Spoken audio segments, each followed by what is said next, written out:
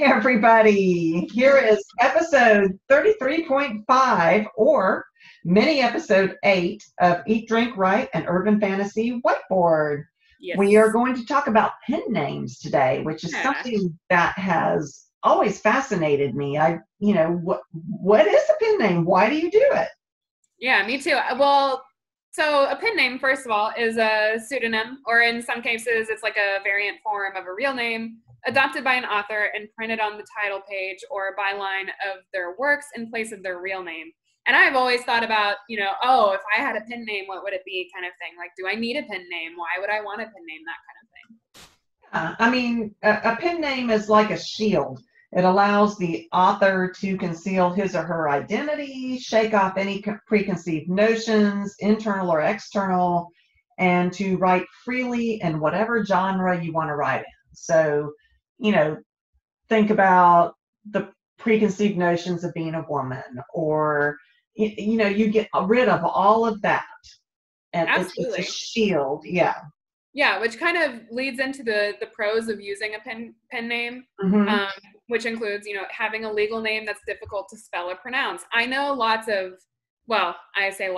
I know an actor who changed his name specifically because it was more attractive to use a different name. Mm-hmm. His legal name was difficult to say. It was difficult to spell. So he was like, you know what, I'm just going to go with this. And it's kind of the same thing with pen names. So, especially with romance novels, you want something provocative, scandalous. For urban fantasy or epic fantasy, you might want it to flow and sound whimsical. You might also have a legal name that is so common it's forgettable. So you might want to change that just to be, more standoutish. Or the opposite, if your name in real life is Harry Potter or Stephen King, you can't publish a book under the name Stephen King. You just can't. Yeah, absolutely. Yeah. It's almost like those names are kind of copyright at this point, Yeah. They're so famous that if you try to publish a name under that, people are going to be like, are you kidding me? Mm-hmm. Kind of thing. Yeah. Another pro would be, wanting one's writing to be taken more seriously than one's gender is allowed at the time. And the examples that I found were, George Eliot and George Sand. And, I think, you have a note there, which I'll let you say first. Yeah, I'm like, that's not necessarily an issue in today's world. Back in the day, think about it, a woman author, you couldn't even get published. You couldn't be a woman and get published. So yeah, I get a pen name to be, Sam, whatever, Think about romance novels, though. I feel like, and not that men names are discriminated against, but they also might be. If you're a man who's writing a romance novel, that's typically not seen, or at least personally, this is from personal experience, not from any research that I've done or anything. But personally, I've seen. You're not a big romance reader. I think as a romance reader, would be very curious to read what a male would write as a romance. So if you're a female, it might be interesting to put a male pen name. But that's also kind of my point, is that you're interested in what a man would write. How do you know that a man hasn't written any of those books and they're just under a female pseudonym? That's true. Good point. So, and that's kind of the point, is like, you expect a woman to be the one writing romance novels. If you are a man with a man's name and you write a romance novel, is it going to sell as well? I think it should. Obviously, I don't think there should be any discrimination in that. And maybe it would sell more. I don't know. I don't know either. I don't know either. Yeah. But my point is that typically, I think the stereotype is that women do write romance novels. And it's more likely to sell if under a woman's name. I don't know if that's necessarily true, like you said, but I think that goes.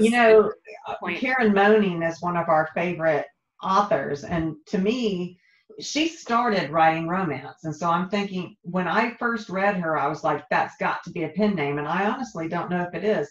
But I don't know, sir. Karen Moning, like, really?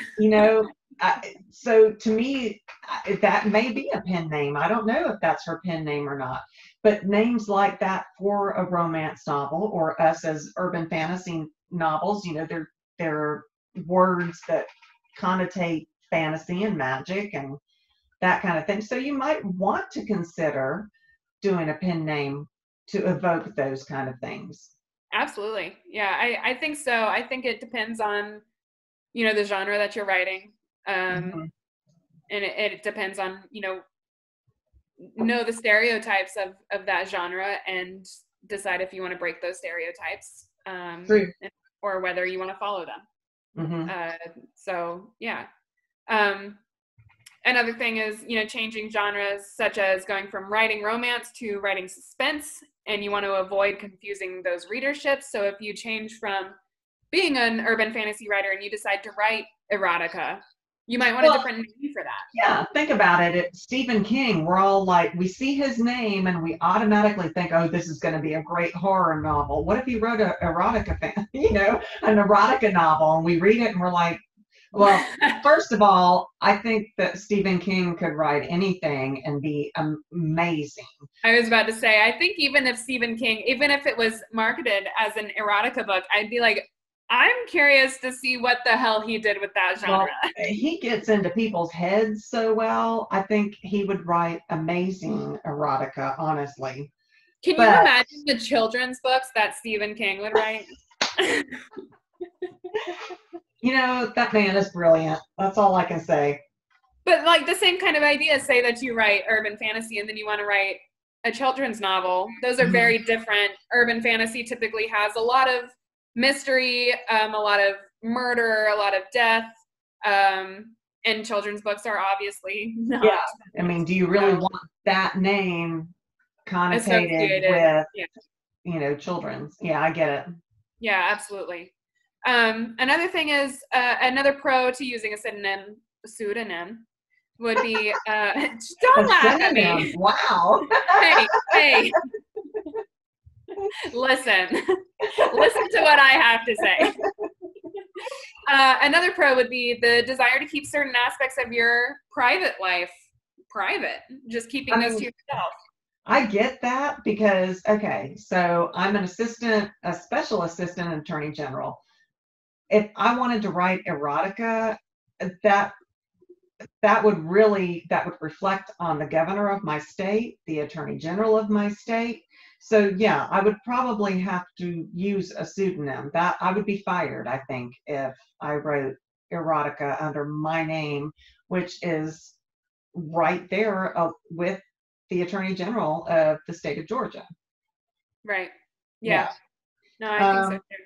Also, really in today's world, are you really private?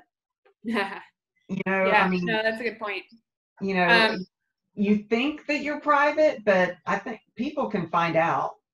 Well, I also like to think about, Ilona Andrews is a husband-wife team, and they have a pseudonym, obviously, for Ilona Andrews. But everybody knows their real names. We know who they are. And that might just be because they are a husband and wife team and they needed to come up with a name to write under together. But I think that's the same for, there's another author, urban fantasy, Shannon McGuire. She writes the October Daye series, but she has another series that she writes, and can't tell you what her pseudonym is, but she writes under a different name, something Grant. I don't remember at the moment, but she has another alter ego, and she talks about it all the time on Twitter. She's like, oh, well, Miranda, I don't remember, but she, I wrote this, who is also me. So she blatantly says, this is my pseudonym. I'm also Shannon McGuire. I write both of these things. So I think you're right. I don't think in modern times it's easy to have a pseudonym and keep it, to that one name. I think it's very easy to figure out who someone is. So, which, I mean, that could be a pro in and of itself too. The mystique of, oh, I figured out who she is. I mean, that might get people to buy your books too. It's all about marketing, really. Yeah. I mean, I think a pen name boils down to marketing. I agree. I think so too. you know, is your name too bland? Is your name too male? Is Mhm. your name too feminine? You know, that kind Mhm. of thing. Mhm. Masculine, I guess, would have been the word there. But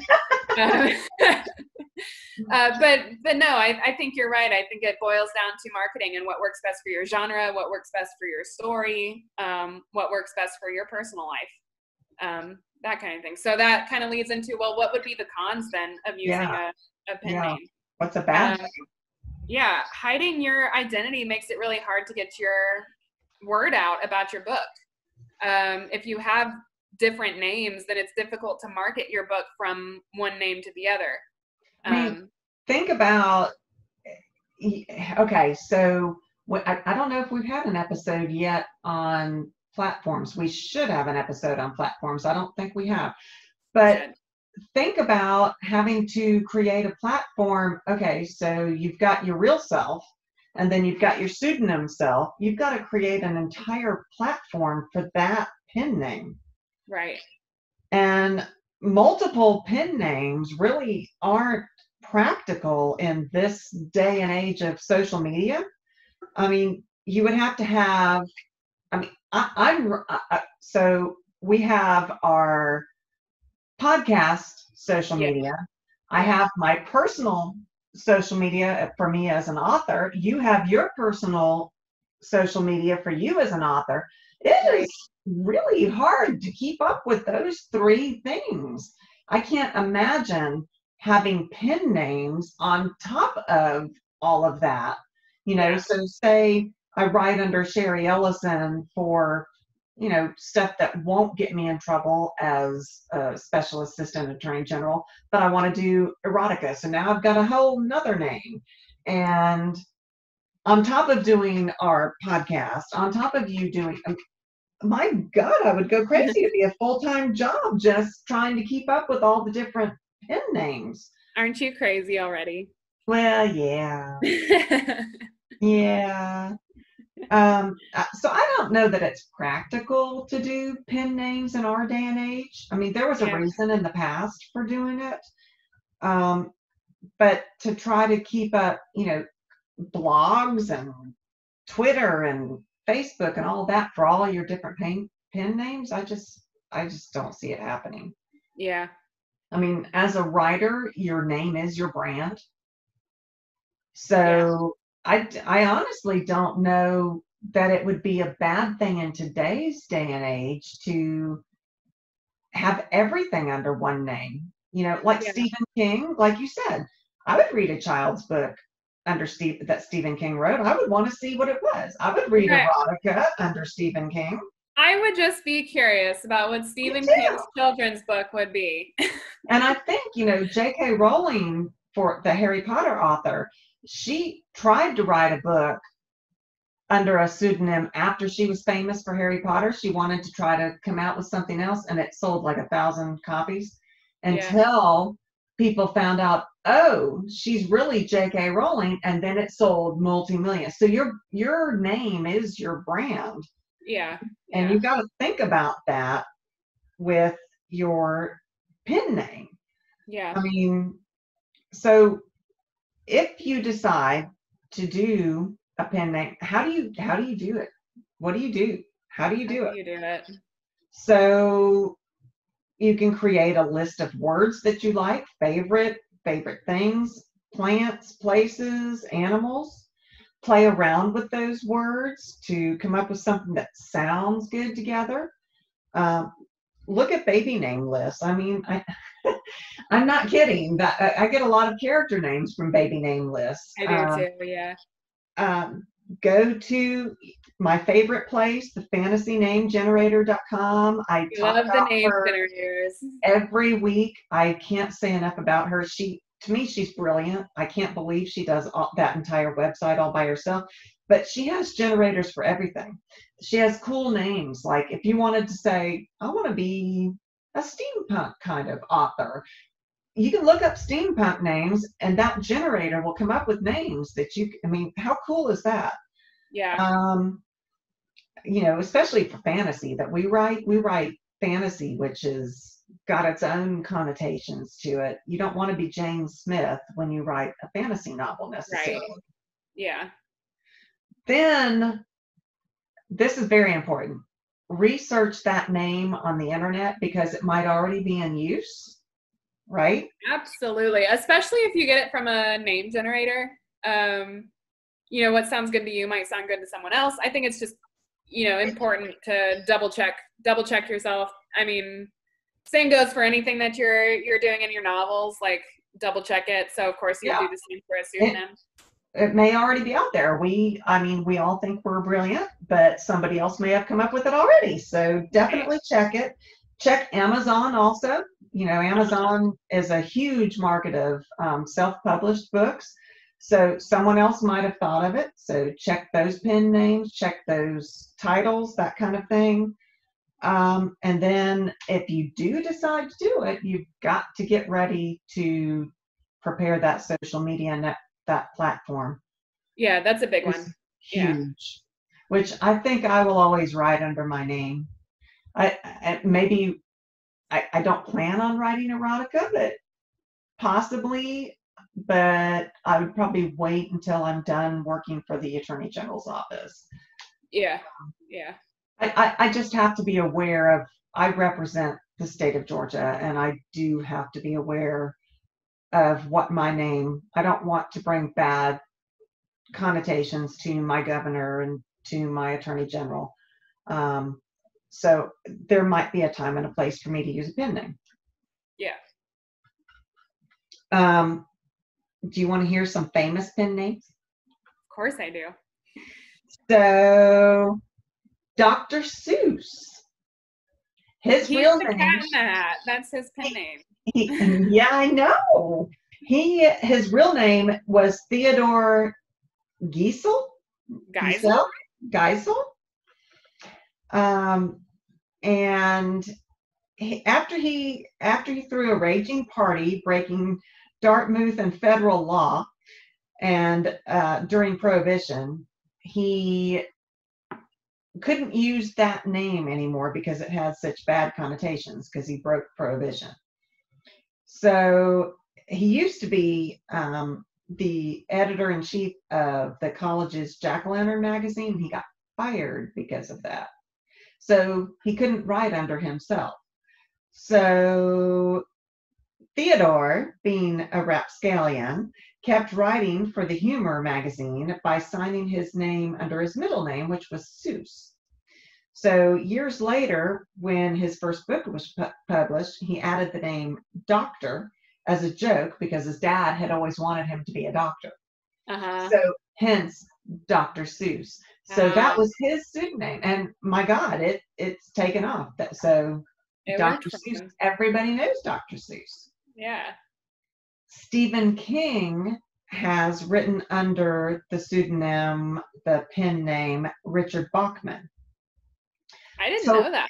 Yeah, I didn't either. And apparently, it used to be a bad thing to write too fast. Oh. Yeah, why they wanted. I don't know. And now in the day and age of self-publishing, where and we always complain about, oh, we're waiting on the next Karen Moning book. It's going to be a year, or Patricia Briggs or whatever. But apparently, back in the day, it was a bad thing to write too fast. So he came up with the name Richard Bachman, Stephen King did, to publish more frequently than what was allowed under his name. That's probably the best reason I think I've ever heard to come up with a pseudonym. How crazy is that? So in 1985, he was found out to be this Bachman character, this Richard Bachman. And so he said, well, Bachman is now dead of cancer of the pseudonym, a rare form of schizomania. Stephen King is brilliant. I just think he's amazing. So as I was saying earlier, also J.K. Rowling, she tried to come up. Okay, well, first of all, there is no K.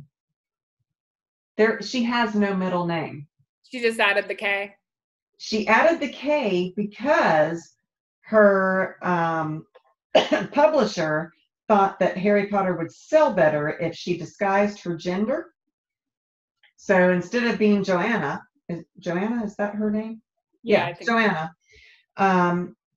They narrowed it down to initials, and she didn't have a middle name, so they added the K, which J.K. Rowling says was Kathleen for her grandmother, but that's not really her middle name.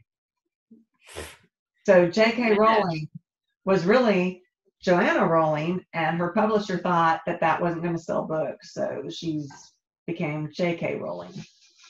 I mean, she sold a gajillion books, so. Yeah, but do we attribute that to the brilliance of her writing, or do we attribute that to her publisher saying, oh, you need a man's name? Well, I don't think it had to do with the name, and I'm not entirely sure that the blow up of books has to do with writing either. I think it has to do with content. I think it has to do with what books are about, and her books were very much about friendship and were brand new to the magic exists type of thing in the real world. So I think that's what did it. It was a very new concept, and I think that's what made it blow up. And you know what was so interesting about her book, Harry Potter, they kind of cross all kinds of barriers. Were they young adult? Were they children's books? Were they, I mean, because adults love them as well. Yeah.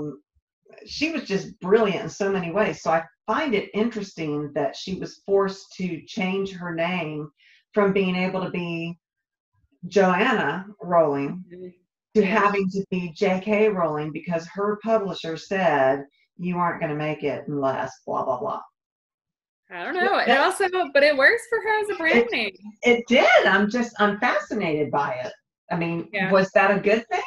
And then, of course, being a lawyer, I am very near and dear to my heart, Benjamin Franklin. He went by Silence Dogood. Yeah. And he wrote all kinds of things as Silence Dogood, as a female. And he wrote her when he was 16 years old. Yeah. I mean, that blows my mind that he had, in that day and age, had the concept of realizing that women were discriminated against. And he wrote as a widow, Silence Dogood. He would create entirely different personas. Yeah. I love him. Benjamin Franklin. I knew the Silence Dogood thing, but only because of National Treasure. That's pretty cool, though. Yeah, that's why I do. Great movie. I mean, so I'm a lawyer, and I do love the Constitution, and you'd totally steal it to protect it, right? I do. I love those movies. Those are excellent movies, and Benjamin Franklin was an amazing man. And to realize in his day and age that women were discriminated against, I mean, how outside the box is that? Yeah. We're just now in this day and age understanding the persecution of women. Right. And for him to know that way back when, how brilliant is that? Absolutely. So that's all I've got. Yeah. No, I think pseudonyms are a super interesting topic to think about, because again, I find myself being like, well, if I had a pseudonym, what would it be? Well, you know, you and I want to write together. Would we do it under one name as a pseudonym, or would we be like, what was the PC Cast and that? I think that was it. The mother-daughter. Oh, did they do it as PC Cast? I don't remember. It's been a very long time since we read those series. Such a good series. I can't even remember. There's something Academy, something. It was like the first book was called Marked or something like that. I don't remember. Yeah. It's been years since we've read that one. I just remember PC Cast. But I know that it's a mother and daughter team, which is near and dear to my heart because you and I want to write together. And would we be both of us as the authors, or would we come up with a pseudonym? I don't know. I don't either. I don't know. That'd be interesting. Yeah, I Yeah. don't know. Yeah, we started writing our first book that we wrote together. Well, we started to write together was a werewolf book, and I still love that book. I know, but I also find it hilarious. And Yeah, we I were love Doug very, Black. it was very, we've grown a lot since then. I'll just put it that way. Yeah, yeah. So, and now I don't honestly know how we would write together because we are both such independent writers. How do you write together? And we met Alona Andrews, she and her husband. I think she is Alona. Isn't that her name? I couldn't tell you. And I don't remember what his name is, but we met them at Dragon Con. Was it Dragon Con? Yeah, yeah. And we asked them, you know, how do you write together? And they were like, you just do. It was not very insightful, but they are brilliant. And Yeah. I hope that someday we will be able to write together and be I brilliant. think we will. I think so too. We gotta still come up with our own stuff first.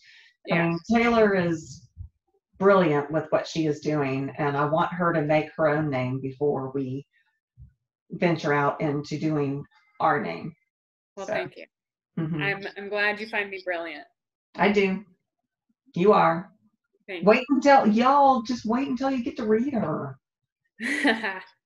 We'll see. I can't wait. Anyway, pen names. That was fascinating to me. And names. All right. See you all next time. Thank you guys. Thank you guys for listening.